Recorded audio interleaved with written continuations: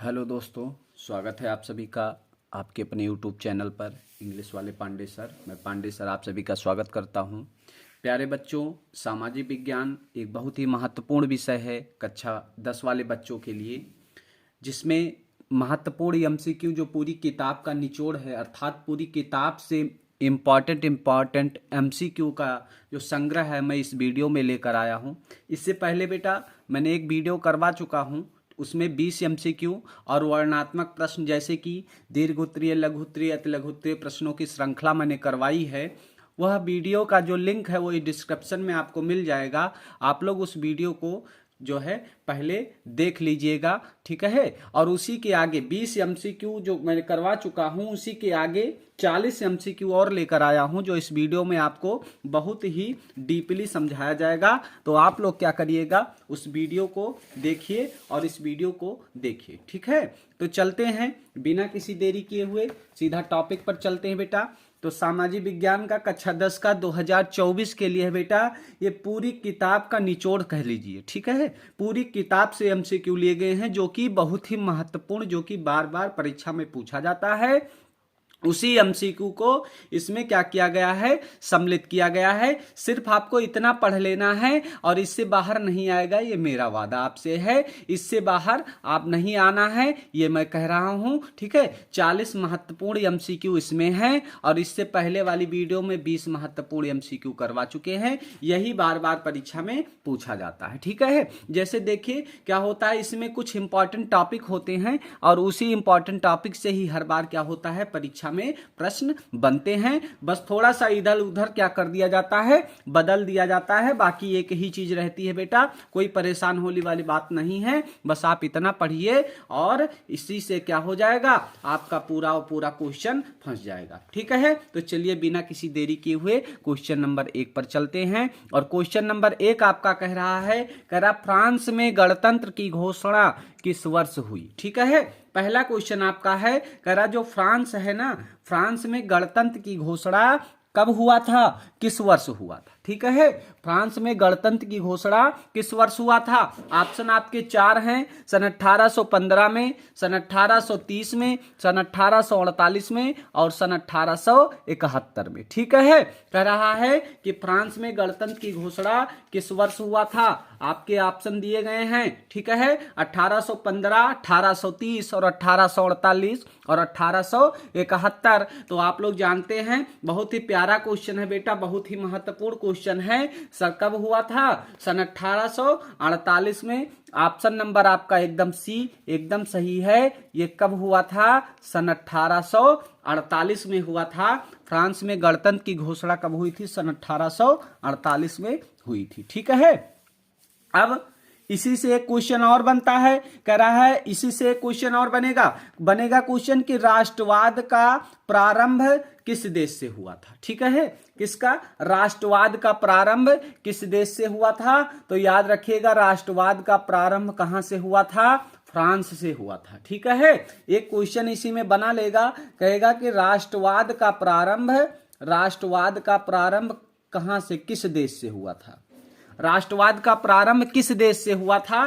तो याद रखिएगा बेटा, राष्ट्रवाद का जो प्रारंभ था वो कहां से हुआ था, वो फ्रांस से ही हुआ था, ठीक है। कहां से हुआ था, फ्रांस से हुआ था। एक क्वेश्चन और बन जाएगा, इसी में पूछ लेता है, कई बार पूछ लेगा कि नेपोलियन था ना, नेपोलियन का संबंध किस देश से था, ठीक है। एक क्वेश्चन और बाप का बनाएगा बेटा, वो बना लेगा, कहेगा नेपोलियन का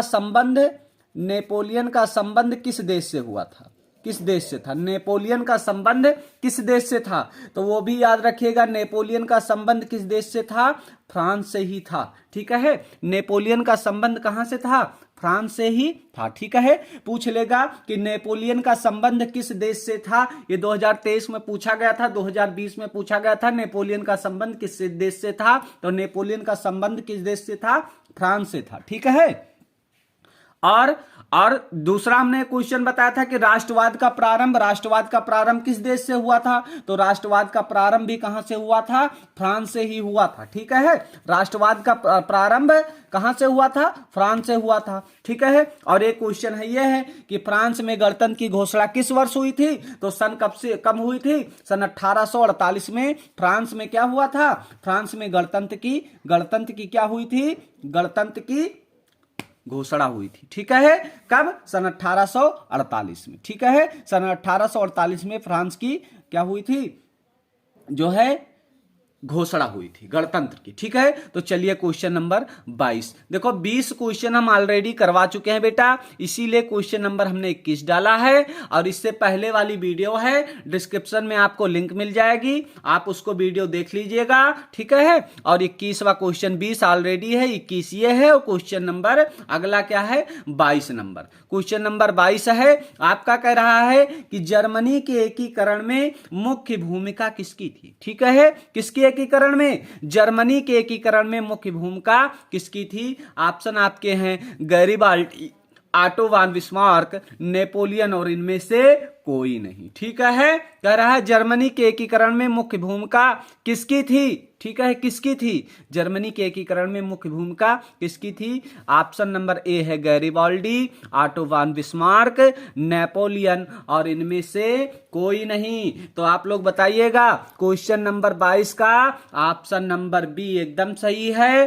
किसकी भूमिका थी? तो ऑटो वान बिस्मार्क की क्या थी? मुख्य भूमिका थी। ठीक है, तो जर्मनी के एकीकरण में मुख्य भूमिका किसकी थी? तो जर्मनी के एकीकरण में मुख्य भूमिका थी ऑटो वान बिस्मार्क की। ठीक है, जर्मनी के एकीकरण में मुख्य भूमिका किसकी थी? तो किसकी थी? ऑटो वान बिस्मार्क की मुख्य भूमिका थी। किसमें? जर्मनी के एकीकरण में। ठीक है बेटा, जर्मनी के एकीकरण में ऑटो वान बिस्मार्क की मुख्य भूमिका थी। ठीक है, चलिए आगे बढ़ते हैं, क्वेश्चन नंबर 23 पर आते हैं बेटा। क्वेश्चन नंबर 23 आपका कह रहा है कि राष्ट्रवाद का प्रारंभ जिस देश से हुआ था, राष्ट्रवाद का प्रारंभ, अभी देखो क्वेश्चन हमने करवा दिया था यहीं पे। ठीक है, हमने क्वेश्चन यहां पर करवा दिया था, राष्ट्रवाद का प्रारंभ देखो शुरू में ही हमने बता दिया था, और ये क्वेश्चन आ गया, राष्ट्रवाद का प्रारंभ जिस देश से हुआ था वह देश है। तो अभी आपको बताया था वो कौन सा देश था? राष्ट्रवाद का प्रारंभ जिस देश से हुआ था वह कौन सा देश था? तो वह देश कौन सा था? ऑप्शन नंबर सी आपका एकदम सही है। वह देश कौन सा था? वह देश था फ्रांस। ठीक है, बहुत ही इंपॉर्टेंट क्वेश्चन है, पहले क्वेश्चन में मैंने 3 क्वेश्चन करवा दिया है आपका। ठीक है, तो राष्ट्रवाद का प्रारंभ जिस देश से हुआ था वह देश कौन सा था? वह देश था बेटा फ्रांस था। ठीक है, चलिए क्वेश्चन नंबर 24 की ओर चलते हैं। क्वेश्चन नंबर 24 कह रहा है इटली का एकीकरण किसके नेतृत्व में किया गया? किसके? इटली का एकीकरण किसके नेतृत्व में किया गया? तो ऑप्शन आपका है गैरिबाल्डी, ऑटो वान बिस्मार्क, ऑप्शन नंबर सी है नेपोलियन, ऑप्शन नंबर डी है विलियम प्रथम। ठीक है, तो इटली का एकीकरण किसके नेतृत्व में किया गया? तो जोसेफ गैरिबाल्डी, ऑटो वान बिस्मार्क, नेपोलियन और विलियम प्रथम किसके में किया गया? तो कौन है? तो जोसेफ गैरिबाल्डी के नेतृत्व में क्या किया गया था? इटली का एकीकरण किया गया था। ठीक है, तो ऑप्शन नंबर ए आपका एकदम सही हो जाएगा। इटली का एकीकरण किसके नेतृत्व में हुआ? तो गैरिबाल्डी के नेतृत्व में हुआ। इसको रट लेना है, बहुत ही इंपॉर्टेंट क्वेश्चन है भैया, एकदम से परीक्षा में हर बार ये पूछा जाता है, समझ लीजिएगा। क्वेश्चन नंबर 25 करा भारतीय राष्ट्रीय कांग्रेस की स्थापना हुई। ठीक है, किसकी? भारतीय राष्ट्रीय कांग्रेस की स्थापना हुई। ऑप्शन आपके हैं सन 1882 में, सन 1884 में, और सी ऑप्शन है सन 1885 में, और ऑप्शन अगला है सन 1886 में। ठीक है, इंपॉर्टेंट क्वेश्चन है, करा भारतीय राष्ट्रीय कांग्रेस की स्थापना हुई। तो भारतीय राष्ट्रीय कांग्रेस की स्थापना कब हुई? सन 1882 में, सन 1884 में, सन 1885 में और सन 1886 में। तो याद रखिएगा ऑप्शन नंबर सी एकदम सही है। भारतीय राष्ट्रीय कांग्रेस की स्थापना सन 1885 में हुई। भारतीय राष्ट्रीय कांग्रेस की स्थापना कब हुई? सन 1885 में हुई। ठीक है, अगला इंपॉर्टेंट मोस्ट इंपॉर्टेंट क्वेश्चन है भैया, कह रहा हिंद स्वराज के लेखक हैं। हिंद स्वराज के लेखक हैं या अथवा सत्य के साथ मेरे प्रयोग के लेखक हैं। ठीक है, कह रहा हिंद स्वराज के लेखक और सत्य के साथ मेरे प्रयोग के लेखक हैं। अब कौन है? ऑप्शन नंबर ए है Mahatma Gandhi, option number B है Subhash Chandra Bose, option number C है बाल गंगाधर तिलक और ऑप्शन नंबर डी है पंडित नेहरू। ठीक है, तो 26 का क्वेश्चन नंबर पहला का क्वेश्चन नंबर ए आपका आंसर नंबर ए एकदम सही है। हिंद स्वराज के लेखक और सत्य के साथ मेरे प्रयोग, इन दोनों के लेखक का क्या नाम है? महात्मा गांधी नाम है। ठीक है, तो हिंद स्वराज के लेखक और सत्य के साथ मेरे प्रयोग के लेखक कौन है? महात्मा गांधी ही हैं। ठीक है बेटा, क्वेश्चन नंबर 27 है, कह रहा जलियांवाला बाग कांड में गोलियां किसने चलवाई? ठीक है, जलियांवाला बाग कांड में गोलियां जो है वो किसने चलवाई थी? क्वेश्चन नंबर 27 है। तो आप लोग जानते हैं बहुत ही फेमस है जलियांवाला बाग हत्याकांड। ठीक है, तो इसमें ऑप्शन नंबर कौन सा सही है बेटा? तो ऑप्शन नंबर डी सही है। इसमें किसने जो है जलियांवाला बाग में किसने जो है गोलियां चलवाई थी? तो वो कौन था? तो वह कौन था? वो जनरल डायर था। कौन था? जनरल डायर ने क्या किया था? जनरल डायर ने एक आदेश दिया था और निहत्थे भारतीयों पर क्या कर दिया गया था? गोलियों की बौछार कर दी गई थी। ठीक है, तो बहुत ही बड़ा कांड हुआ था जलियांवाला बाग और निहत्थे भारतीयों पर क्या किया गया था? निहत्थे भारतीयों पर गोलियां चलवा दी गई थी और सब बेचारे जान बचाने के लिए कुएं में कूद गए थे और कुआं जो है वो लाशों से भर गया था। ठीक है, अब इसी से जलियांवाला बाग से जो और क्वेश्चन बन सकता है बेटा वो क्वेश्चन बनेगा और जो क्वेश्चन इसमें बनेगा वो बनेगा कि जलियांवाला बाग हत्याकांड कब हुआ। ठीक है, अगला क्वेश्चन जो ये बनाएगा कि जलियांवाला बाग हत्याकांड कब हुआ? हत्याकांड कब हुआ? इसी से पूरा आपको तैयार कर लेना है इस टॉपिक को कि जलियांवाला बाग हत्याकांड कब हुआ था। तो जलियांवाला बाग हत्याकांड कब हुआ था तो याद रखिएगा। ठीक है बेटा, क्वेश्चन देखिएगा, ये जलियांवाला बाग हत्याकांड ये बहुत इंपॉर्टेंट है। ठीक है, तो जलियांवाला बाग हत्याकांड कब हुआ था? ये 13 अप्रैल 1919 को हुआ था। ठीक है, ये कब हुआ था? 13 अप्रैल 1919 को हुआ था जलियांवाला बाग हत्याकांड। ठीक है, याद रखिएगा जलियांवाला बाग की घटना कब हुई थी? तो ये कब हुई थी? ये हुई थी 13 अप्रैल 1919। ठीक है, तो इसी से अगला क्वेश्चन बनाएगा कि जलियांवाला बाग स्थल स्थित है कि जलियांवाला बाग जो स्थल है, जलियांवाला बाग स्थल कहाँ स्थित है? स्थल कहाँ स्थित है? वह स्थल कहां पर है? जलियांवाला बाग कहां पर है? तो आप लोग जानते हैं कहां पर है बेटा? तो वह है अमृतसर में। कहां पर है? अमृतसर में। ठीक है, अमृतसर में है जलियांवाला बाग। ठीक है, अब अगला क्वेश्चन बनेगा कि जलियांवाला बाग हत्याकांड के लिए दोषी गवर्नर जनरल कौन था? तो वो कौन था? वो जनरल डायर था। ठीक है, उसी ने गोली चलवाई थी और उसी ने क्या था? उसी जो है दोषी था। अगला क्वेश्चन इसमें बनाएगा जलियांवाला बाग से कि जनरल डायर था, जो दोषी था ना, जनरल डायर ही तो था। तो जनरल डायर को क्या किया था? किसने गोली मारी थी? किसने गोली मारी थी? इस कांड के बाद एक भारतीय था जिसने क्या किया था? जनरल डायर को जाकर गोली मार दी थी।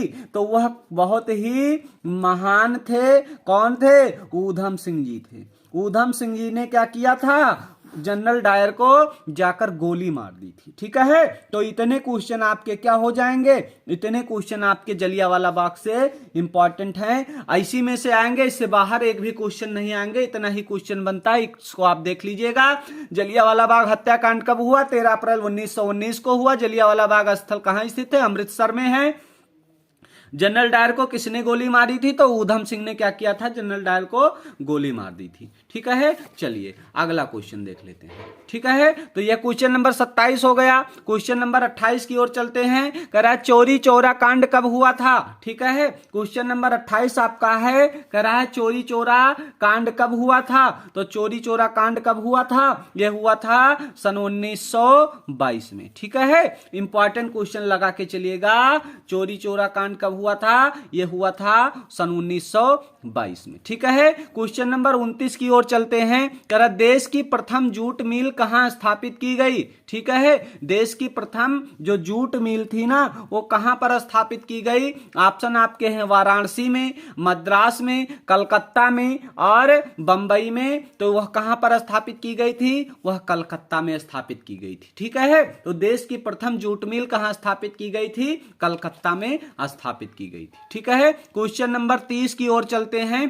क्वेश्चन नंबर 30 है, कह रहा बंबई में पहली कपड़ा मिल की स्थापना हुई। ठीक है, बंबई में पहली कपड़ा मिल की स्थापना हुई कब हुई, सन 1824 में, सन 1844 में, सन 1854 में और सन 1874 में। तो ऑप्शन नंबर सी आपका सही है। 1854 में क्या हुआ था, सन 1854 में ही क्या हुआ था, कपड़ा मिल की स्थापना हुई थी। कहां पर, बंबई में। ठीक है, चलिए क्वेश्चन नंबर 31 की ओर चलते हैं। 31 क्वेश्चन आपका कह रहा है गुलामगिरी का लेखक कौन था। गुलामगिरी का लेखक कौन था, डॉक्टर भीमराव अंबेडकर, ज्योतिबा फूले, कैलाश वासिनी देवी और रामा स्वामी। ठीक है, तो ऑप्शन नंबर बी इसका एकदम सही है बेटा।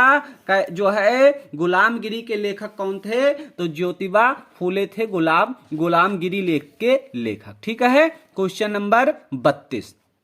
क्वेश्चन नंबर 32 कह रहा है कि भारत वापस आने पर, मोस्ट इंपॉर्टेंट क्वेश्चन है भैया, मोस्ट इंपॉर्टेंट क्वेश्चन है, भारत वापस आने पर गांधी जी ने पहला सत्याग्रह कहां किया था। ठीक है, जब गांधी जी साउथ अफ्रीका से, दक्षिण अफ्रीका से भारत वापस आए थे ना, तो उन्होंने पहला सत्याग्रह कहां किया था, चंपारण में, बारडोलो में, अहमदाबाद में या खेड़ा में। तो उन्होंने कहां किया था, तो आने के बाद उन्होंने चंपारण में ही बेटा अपना पहला सत्याग्रह शुरू किया था। ठीक है, गांधी जी जब दक्षिण अफ्रीका से भारत जब वापस आए थे ना, तो उन्होंने कहां किया था, चंपारण में अपना पहला सत्याग्रह शुरू किया था। ठीक है, चलिए क्वेश्चन नंबर अगला आपका है 32 क्वेश्चन हो गया बेटा। क्वेश्चन नंबर 33 आपका है, 33 क्वेश्चन है।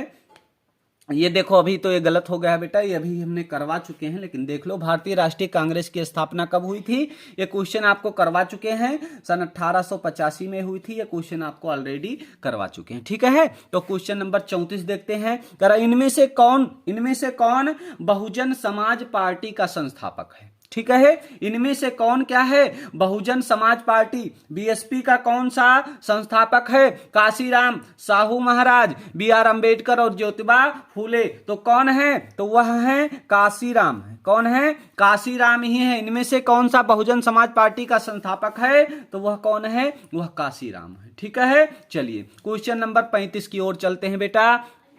35 नंबर क्वेश्चन आपका है, कर विश्व का सबसे बड़ा लोकतांत्रिक देश है। ठीक है, विश्व का सबसे बड़ा लोकतांत्रिक देश है। ऑप्शन है भारत, यूएसए, ग्रेट ब्रिटेन और रूस। ठीक है, तो विश्व का सबसे बड़ा लोकतांत्रिक देश है, वह देश कौन सा है, वह भारत है। ठीक है, तो ऑप्शन नंबर ए आपका एकदम सही होगा। विश्व का सबसे बड़ा लोकतांत्रिक देश है, वो क्या है, वो भारत है। ये सारे क्वेश्चन बहुत ही इंपॉर्टेंट है, इसको आपको रट लेना है एकदम, और इसी से आपका 20 नंबर कंप्लीट हो जाएगा। ठीक है, क्वेश्चन नंबर 36 कह रहा लोकतंत्र में शक्ति का स्रोत है। लोकतंत्र में शक्ति का स्रोत है, ऑप्शन ए है जनता, संसद, प्रधानमंत्री और राष्ट्रपति। ठीक है, तो लोकतंत्र में शक्ति का स्रोत कौन होता है, तो वह होता है जनता। ठीक है, लोकतंत्र में शक्ति का स्रोत कौन होता है बेटा, वो जनता होता है। तो ऑप्शन नंबर ए आपका एकदम सही है। ठीक है, क्वेश्चन नंबर 37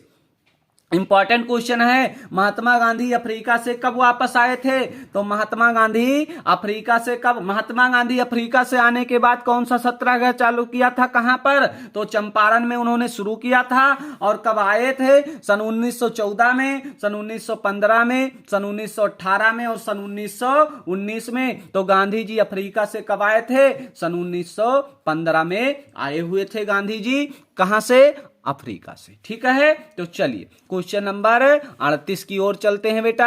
38 कह रहा है गांधी जी के राजनीतिक गुरु कौन थे। ठीक है, तो गांधी जी के राजनीतिक गुरु कौन थे बेटा।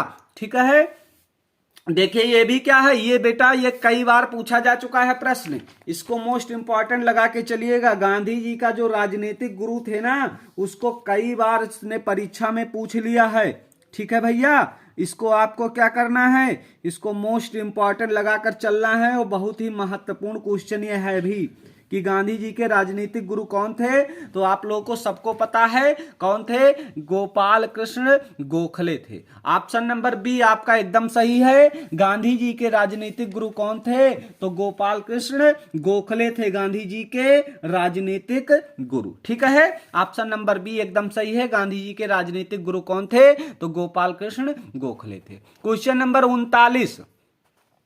नंबर 39 कह रहा है कि सविनय अवज्ञा आंदोलन कब चलाया गया। कौन सा सविनय अवज्ञा आंदोलन कब चलाया गया, सन 1920 में, सन 1927 में, सन 1930 में और सन 1935 में। ठीक है, तो सविनय अवज्ञा आंदोलन कब चलाया गया था बेटा, तो ऑप्शन नंबर सी आपका एकदम सही है। यह सन 1930 में चलाया गया था। सविनय अवज्ञा आंदोलन कब चलाया गया था, यह 1930 में चलाया गया था। ठीक है, चलिए क्वेश्चन नंबर 40, भारत वापस आने पर गांधी जी ने पहला सत्याग्रह कहां किया था। यह भी क्वेश्चन करवा चुके हैं ऑलरेडी, चंपारण में। कहां पर किया था उन्होंने, तो यह किया था चंपारण में। भारत वापस आने पर गांधी जी ने पहला सत्याग्रह कहां किया था, तो यह कहां किया था, यह चंपारण में किया था। ठीक है बेटा, कहां पर किया था, चंपारण में उन्होंने क्या किया था, पहला सत्याग्रह अपना किया था। ठीक है, समझ गए ना। तो क्वेश्चन नंबर 40 हो गया है। अब क्वेश्चन नंबर आपको क्या देखना है, 41 देखना है। ठीक है, क्वेश्चन नंबर 41 कह रहा भारत में कुल कितने संघीय राज्य हैं। यही प्रश्न दूसरे तरीके से पूछेगा कि भारतीय संघ में कितने राज्य हैं। ठीक है, तो आप लोग इसको रट लीजिए एकदम से, बहुत ही पेट क्वेश्चन है बेटा। ऑप्शन नंबर बी एकदम 28, भारतीय संघ में कितने राज्य हैं या भारत में कुल कितने संघीय राज्य हैं, तो वो कितने 28, इसको रट लीजिएगा। अगला है, निम्नलिखित में से कौन सा संघीय सूची का विषय है। ठीक है, ऑप्शन नंबर है रक्षा, कृषि, व्यापार और शिक्षा। रट लीजिएगा क्वेश्चन। तो संघीय सूची का विषय है वह कौन सा है, वह रक्षा है। तो ऑप्शन नंबर ए आपका एकदम सही होगा। ठीक है, चलिए कह रहा है अगला क्वेश्चन, भारत में संविधान कब लागू किया गया था। तो भारत में संविधान 15 अगस्त को, 14 अगस्त को, 10 दिसंबर को या 26 जनवरी को। तो भारत में संविधान कब लागू किया गया था बेटा, ऑप्शन नंबर डी एकदम सही है। 26 जनवरी को क्या किया गया था, भारत में संविधान लागू किया गया था। ठीक है, चलिए क्वेश्चन नंबर 44 की ओर। राष्ट्रीय मतदाता दिवस कब मनाया जाता है।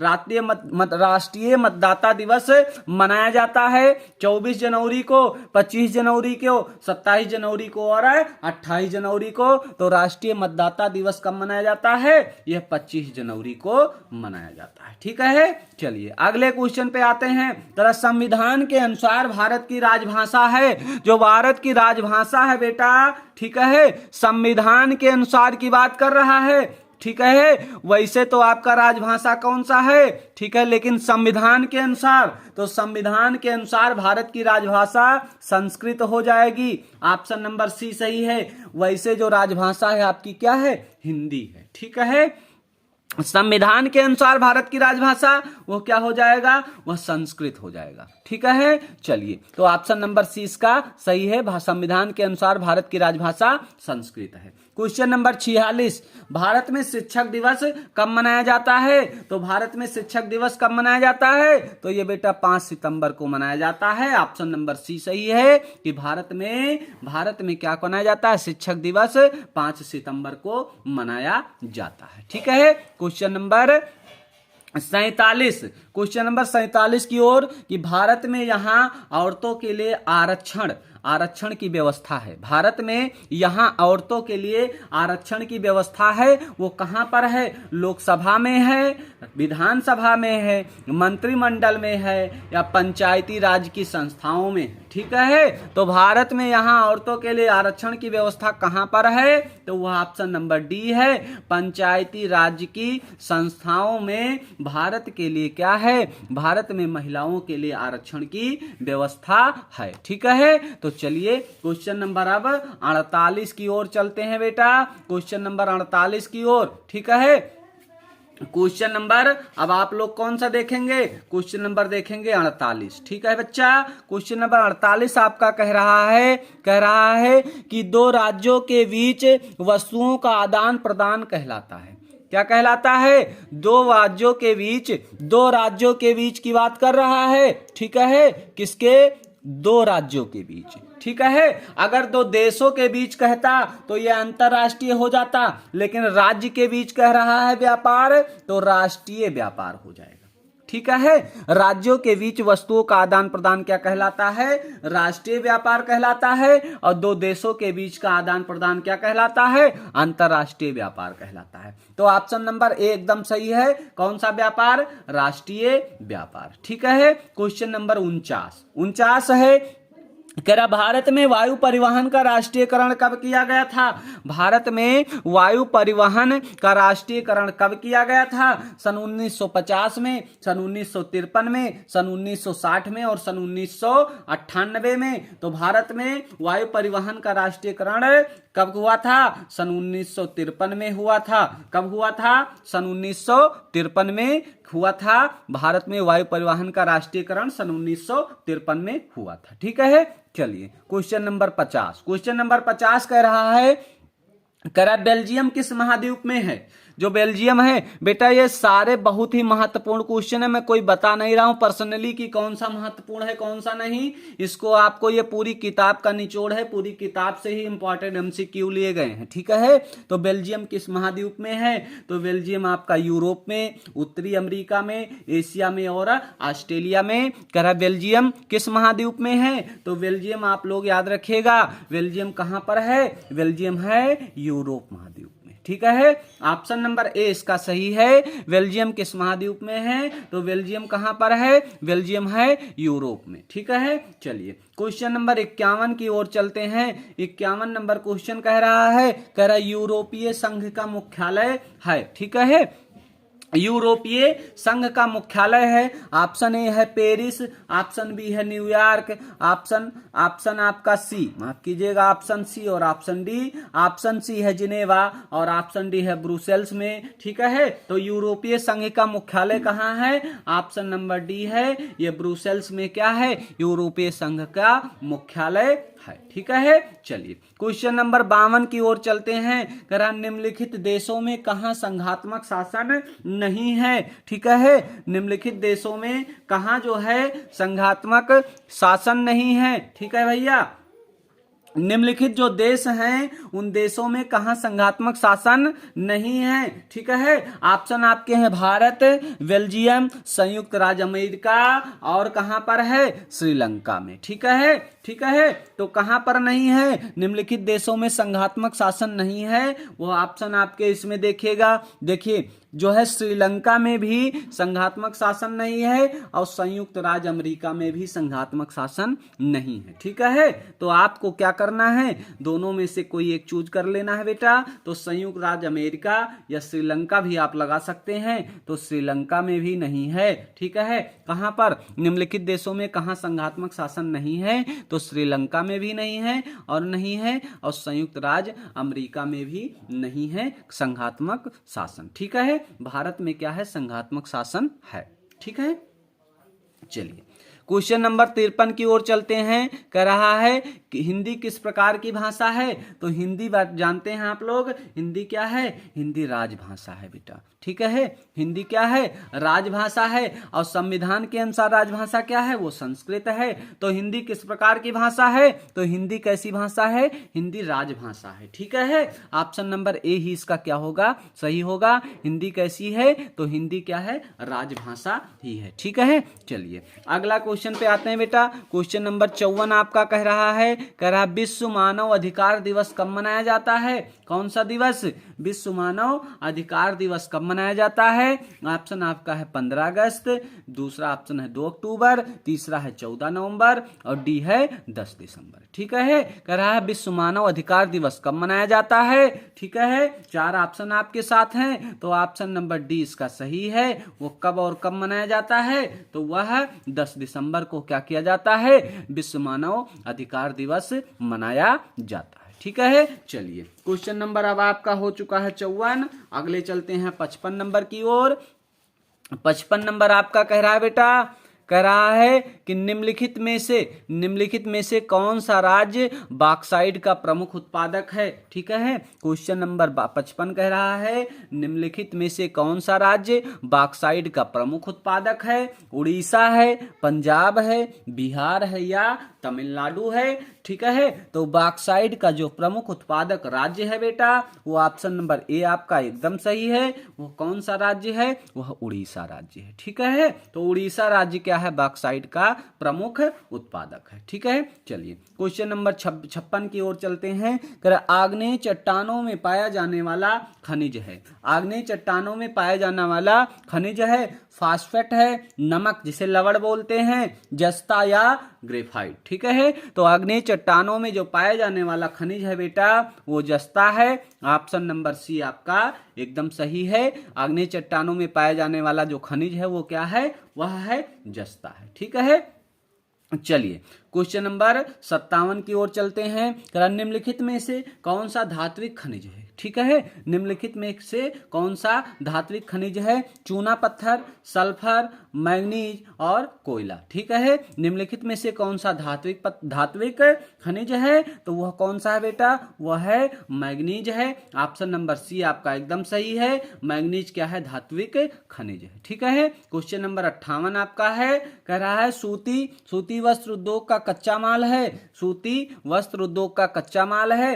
कपास, बांस, जूट और सोयाबीन। तो सूती वस्त्र उद्योग का कच्चा माल कौन सा है, कपास है। ऑप्शन नंबर एकदम सही है। ठीक है, चलिए क्वेश्चन नंबर 59 क्वेश्चन नंबर कह रहा है भारत का अधिकांश विदेशी व्यापार होता है। ठीक है, तो भारत का अधिकांश विदेशी व्यापार सड़क मार्ग से होता है, समुद्री मार्ग से होता है, रेल मार्ग से होता है कि वायु मार्ग से होता है। तो भारत का अधिकांश विदेशी व्यापार समुद्री मार्ग से ही होता है बेटा। ऑप्शन नंबर बी एकदम सही है। क्वेश्चन नंबर 60 आपका है, कह भारतीय रेलवे को कितने जोन में बांटा गया है, खंड जिसे बोलते हैं। भारतीय रेलवे को कितने जोन में बांटा गया है। ऑप्शन है आपके 16, 17, 18 और 19।